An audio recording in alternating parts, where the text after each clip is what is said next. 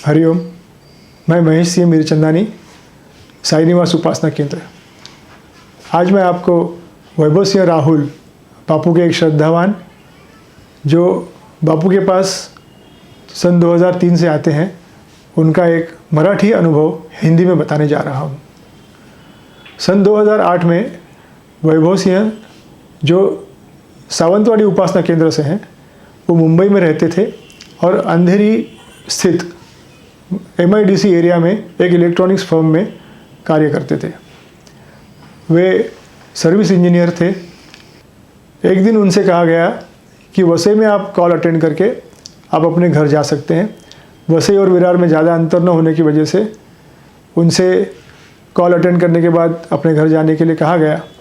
दोपहर को 3:30 बजे वैभव ने अंधेरी स्टेशन से विरार लोकल पकड़ी।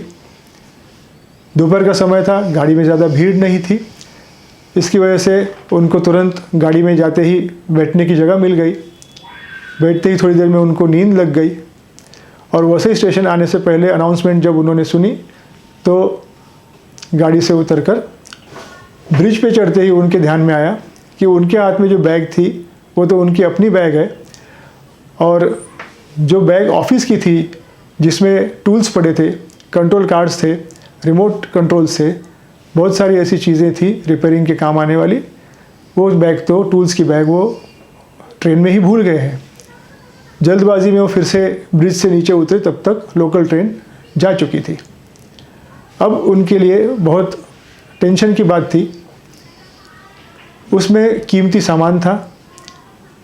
उन कंट्रोल कार्ड्स का और रिमोट कंट्रोल्स का कोई गलत इस्तेमाल भी कर सकता था, कोई बेच भी सकता था। अपने ऑफिस में अगर वो कहते कि बैग में भूल गया और वो खो गई है तो उनकी बड़ी बदनामी होती, उनकी नौकरी भी जा सकती थी।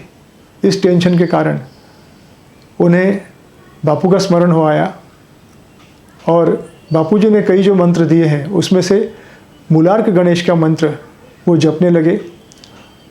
ओम गम गणपते श्री मूलार्क गणपते, ये मंत्र का जाप वो करने लगे। और उनके मन में एक शंका पैदा हुई कि इस तरह के मंत्र जपने से कभी कोई काम होता है, भगवान भी कभी कोई होता है कहीं। इस तरह की कई सारी शंकाएं उनके मन में आने लगी। फिर भी उन्होंने निश्चय किया कि नहीं, जब तो मैं करूँगा, मैं करता रहूँगा, इसी से मेरा भला होगा। अब उन्होंने ये सोचा कि यहाँ पर वसई पे दूसरी जो ट्रेन आएगी विरार जाने वाली, उस ट्रेन में बैठकर मैं विरार जाऊँगा। हो सकता है कि विरार स्टेशन पे कोई मेरी बैग जमा करा दे तो मुझे वो बैग वहाँ पर मिल सकती है। और फिर उनके मन में दूसरा विचार ये आया कि विरार से वो ट्रेन तो बहुत जल्द चर्चगेट की तरफ लौटेगी, तो इससे बेहतर होगा कि उस लौटने वाली ट्रेन को मैं किसी तरह से उसमें एक बार कोशिश करके देखूं। इसके बाद जो ट्रेन आई वसई पे, वसई स्टेशन से उन्होंने दूसरी विरार जाने वाली ट्रेन पकड़ी और वो नालासोपारा स्टेशन पहुँचे। वहाँ पर वो उतर गए। नालासोपारा स्टेशन वसई और विरार के बीच का एक स्टेशन है।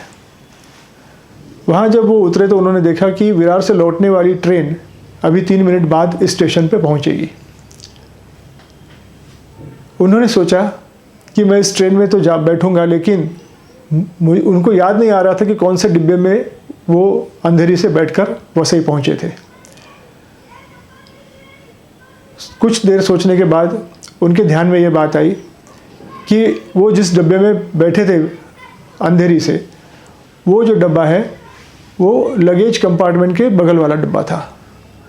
लगेज कंपार्टमेंट का जब ध्यान आया तो उनको ये भी ध्यान आया कि वो चर्चगेट की तरफ वाले लगेज कंपार्टमेंट के बगल वाले डब्बे में चढ़े थे। अब उनको सामने से विरार से लौटकर आने वाली ट्रेन दिखाई दे रही थी। 20-22 कदम चलकर वो उसी डब्बे की तरफ गए जहाँ पर वो पहले चढ़े थे। जैसे वो उस डब्बे की तरफ पहुँचे, लोकल ट्रेन यहाँ आके रुकी। उस ट्रेन में वो बैठे। लगेज के बगल वाले डब्बे में ही उन्होंने एंट्री की और राइट साइड में जैसे ही मुड़े, उन्हें अपनी बैग ज्यों की त्यों वहाँ पड़ी हुई दिखाई दी। खुशी से उन्होंने वो बैग अपनी उठाई, वसई उतरे, कॉल अटेंड किया और विरार चले गए। वो कहते हैं, मुंबई में जहाँ सारी की सारी लोकल्स एक जैसी दिखती हैं, वहाँ उसी लोकल में उनका फिर से प्रवेश करना और उनको उस बैग का मिलना ये केवल और केवल अनिरुद्ध बापूजी की ही कृपा से संभव हो सका। हरिओम, श्री राम, अब बदले।